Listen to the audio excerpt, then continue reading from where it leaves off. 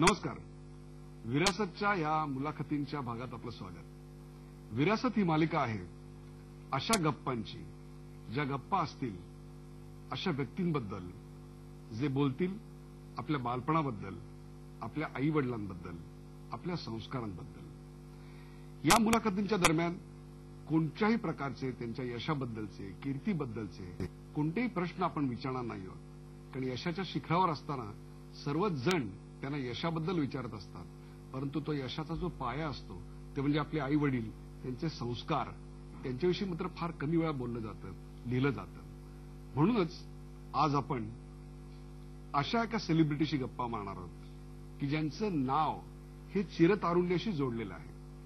आज मी त्यांच्या घरात बसलोय आणि माझा विश्वास बसत नाहीये की ज्यांच्या समोर मी बसलोय त्यांनी वयाची 70 ओलांडली आहे, परंतु त्यांचा उत्साह हा वयाच्या 30ल्या तरुणाला लाजवेल असा आहे.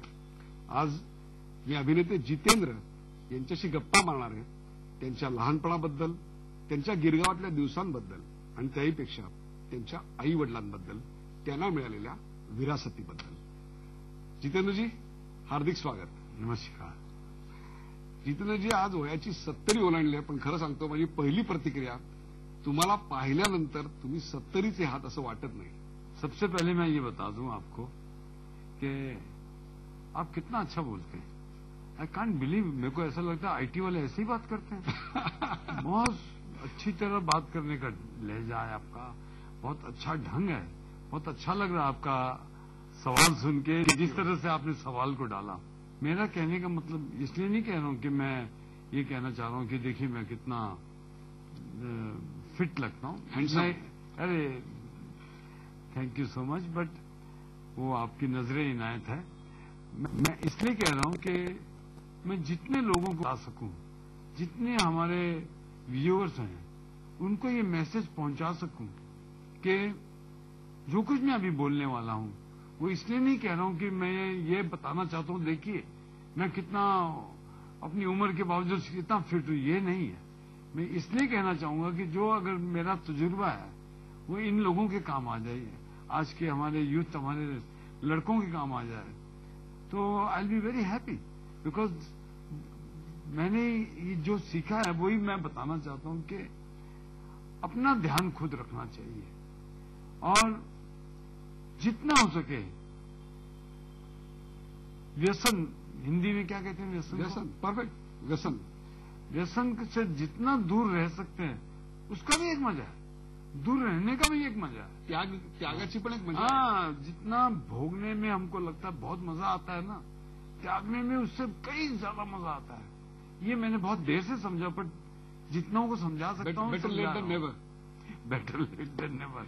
सी, एक्सरसाइज तो मैं बचपन से ही करता आ रहा हूँ. वो तो मेरे पिताजी ने मुझे वो संस्कार गढ़ के डाल दिया कि हेल्थ इज वेल्थ.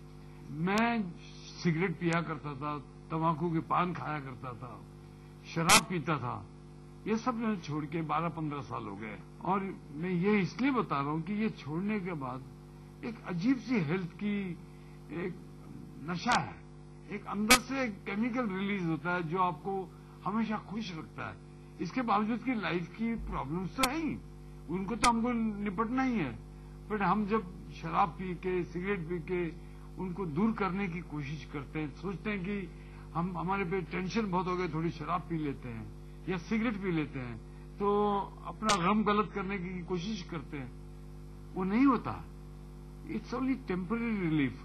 उसका रिएक्शन बढ़ के आता है. आपकी डिप्रेशन डबल हो जाएगी अगर आप उस वक्त इन चीजों का सहारा लेंगे. तो मेरा कहने का मतलब यह है कि अगर मैं ये मैसेज पहुंचा सकूं कि smoking and drinking is really very bad, please don't indulge. I have done it too much. मैंने बहुत किया है, आप मत करिए प्लीज. सीखिए मेरे से, आप बहुत सुखी और बहुत हैप्पी रहेंगे. वाह, क्या बात आहे. तुमचं बालपण गिरगावात गेलं, गिरगावातल्या चाळीत गेलं, अस्सल मराठमोळ्या वातावरणात गेलं. म्हणजे एक प्रकारे अस्सल महाराष्ट्रीयन संस्कारच तुमच्यावर झाले. मला तुम्ही सांगा, त्या बालपणाविषयीच्या आत्ता तुमच्याकडे काय आठवणी आहेत, त्या चाळीतल्या आठवणी काय आहेत? तुम्हाला खरं सांगतो मी, माझी जी काय आठवण आहे ती माझी लहानपणाचीच आहे. वाह. माझ्या मेमरी, ज्याला मेमरी म्हणतात, तो स्टॉक जो माझे पहिले 18-19 वर्ष जो मी त्या रामचंद्र बिल्डिंग, गिरगावातली बिल्डिंग आहे जिथे मी राहायचो, तिथे आहे. ते माझ्या आतमध्ये अगदी घडलंय. म्हणजे खोलवर गेलेलं आहे. मतलब सांगायचं मतलब की मी लोअर मिडल क्लासचा माणूस, मी मिडल क्लासहून बाहेर आलोय, पण मिडल क्लास माझ्या आतनं बाहेर आलं नाही. वा, आतच आहे. वा. मला तुम्ही सांगा की आयुष्यात एवढं आपण यश मिळवलं, एवढी संपत्ती मिळवली, कीर्ती मिळवली, इतके चाहते मिळवले, या सगळ्याची सुरुवात त्या रामचंद्र चाळीतल्या 2 छोट्या खोल्यांमध्ये झाली. हो हो, 2 छोट्या खोल्या म्हणजे टोटल एरिया असेल 150 फूट, 125 फूट. अँड जे काय सुख आणि शांती, जैन सुख आणि जैन शांति, हालांकि उस वक्त हम बहुत लोअर मिडल क्लास, बस 6 या 7 रुपये. वडील काय करायचे? माझे वडील आर्टिफिशियल ज्वेलरीमध्ये होते. आम्ही फिल्म इंडस्ट्रीमध्ये सप्लाय करायचो. आणि कधी कधी मी लहानपणी मी तो बॉक्स घेऊन मी स्वतः जायचो स्टुडिओत डिलिव्हरी करायला. पण वडिलांची अशी इच्छा होती की तुम्ही चित्रपटात जावं? नाही, माझ्या वडिलांनी एकच सांगितलं, तुझं पळायचं तर पळ, पण मिल्खा सिंग सारखं पळ. तुला गँगस्टर बनायचं पण त्यावेळी जो मोठा गँगस्टर असेल तसं म्हण, पण काय मध्ये राहू नकोस. You must achieve in whatever field, you must try to be the best.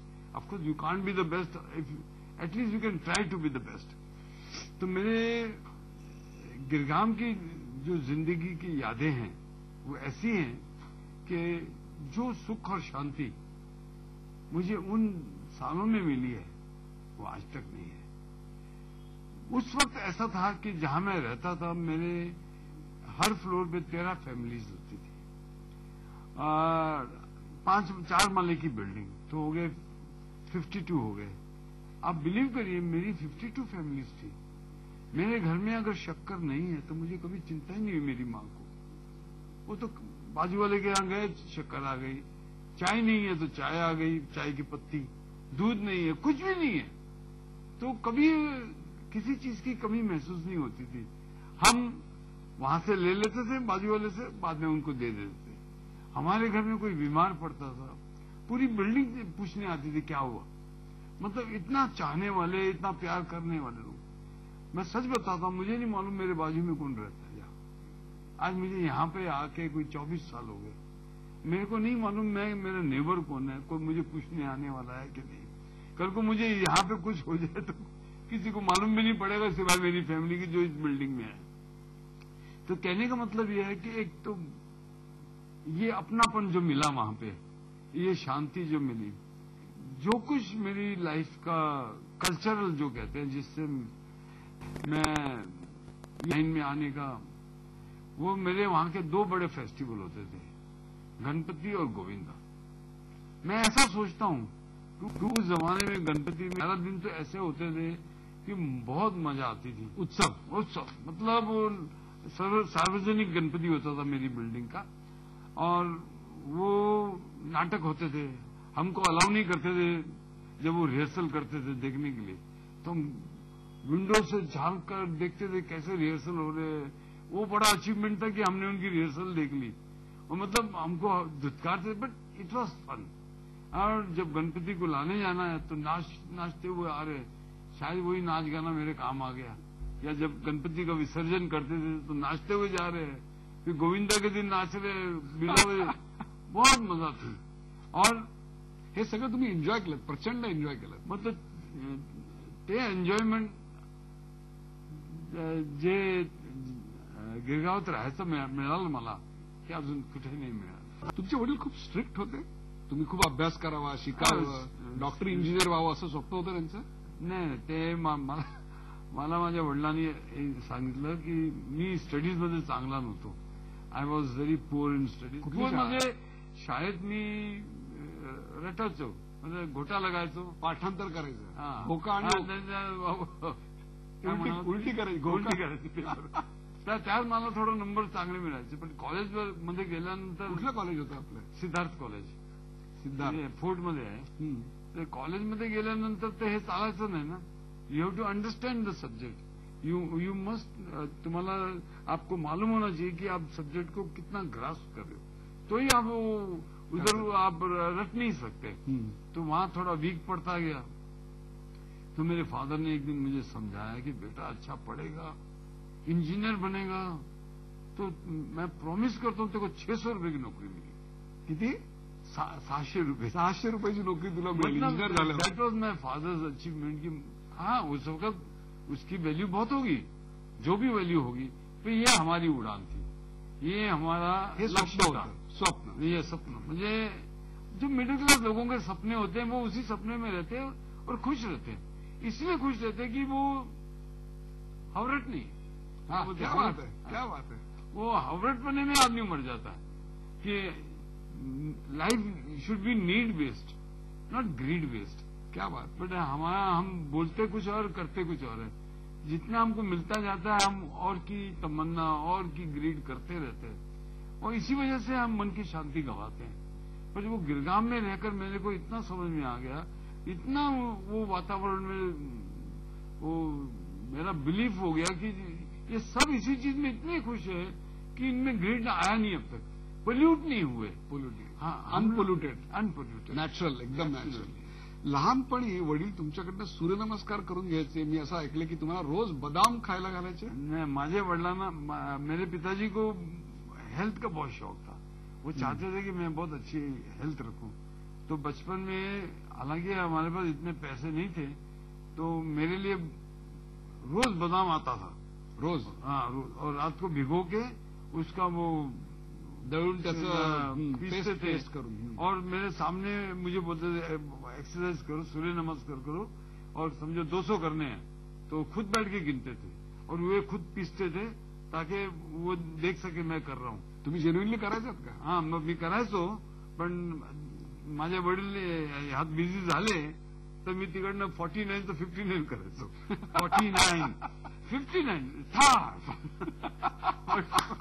के 49 के बाद 50 आता है, 59 नहीं आता है, मेरे फादर कहा करते थे. बट एनीवे, आज उनकी बातें याद आती हैं. त्यामुळे कुठेतरी तुमचं शरीर पहिल्यापासून फिट राहिलं, ही तुमच्या वडिलांची देण आहे. ये मैं कहता हूँ, हर माँ बाप का बहुत बड़ा हाथ होता है बच्चे की परवरिश में. उसकी मेंटल परवरिश, उसकी फिजिकल परवरिश, उसकी साइकोलॉजिकल परवरिश. वो जितनी वैल्यूज अपने माँ बाप से लेता है वही उस जिंदगी भर उसके काम आती हैं. और मेरे फादर ने ये कुछ वैल्यूज, हालांकि उनके पास बहुत पैसे नहीं थे, पर ये वैल्यूज बहुत थी जो मेरे अंदर गाड़ के डाल दी. झी 24 तास, एक पाऊल पुढे.